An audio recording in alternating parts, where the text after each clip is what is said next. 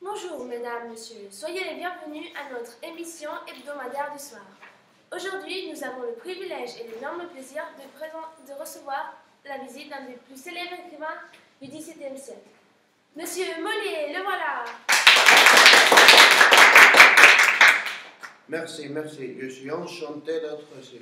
Mais dites-moi, votre prénom c'est Jean-Baptiste, n'est-ce pas? Oui, c'est correct, mon vrai nom c'est Jean-Baptiste Poquelin. Mais à vrai dire, je préfère qu'on m'appelle Molière. C'est mon nom artistique, vous savez. Ok, d'accord. Bon, la question que tout le monde est sans doute en train de se poser est qu'est-ce que vous faites ici? Comment et pourquoi vous avez décidé de venir faire cette interview? Eh bien, tout a commencé quand je vois des élèves dans le lycée de Barcelone qui n'arrêtaient pas de chercher sur ce truc-là, si moderne. Comment vous dit, inter, trou machin? Je crois qu'il s'agit d'Internet. Oui, c'est ça. Alors, ils faisaient une recherche sur moi, sur ma vie, ma biographie, mes œuvres, surtout là-bas, le courant littéraire que j'appartiens, mon époque. Et j'ai dit, oulala, ils sont fous ce jeu-là. Oui, évidemment.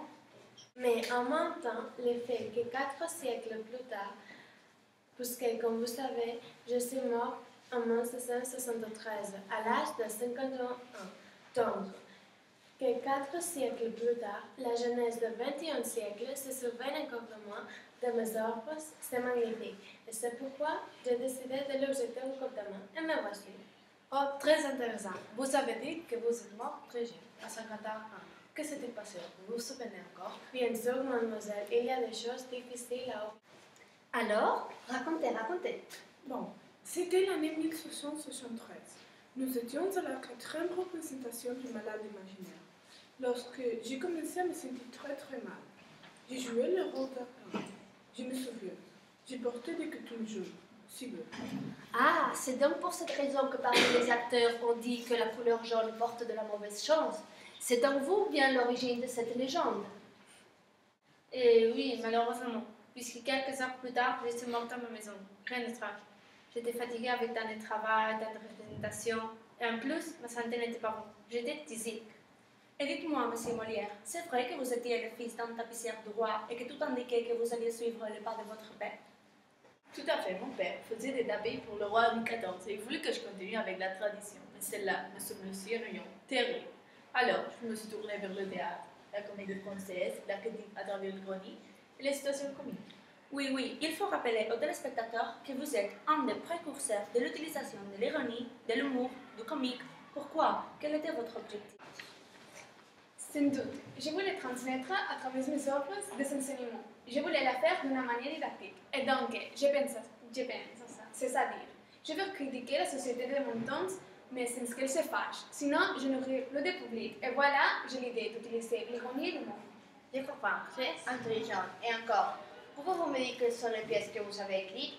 Citez-en quelqu'un pour les rappeler à notre téléspectateur. Bien sûr, j'écris Les pressions ridicules, Le médecin malgré lui, Le fourbeau d'escapade, La barre, L'école des phares, et le médecin malgré lui, Imaginaire. Magnifique. Et par rapport à votre pièce à la barre, qu'est-ce que nous pouvons raconter? Bien, la première chose, c'est de vous inviter à lire cette merveilleuse comédie en 5 ans.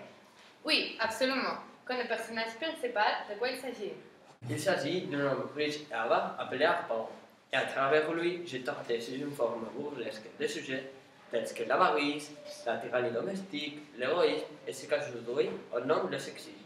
Oh mon Dieu, c'est un sujet d'actualité de nos jours.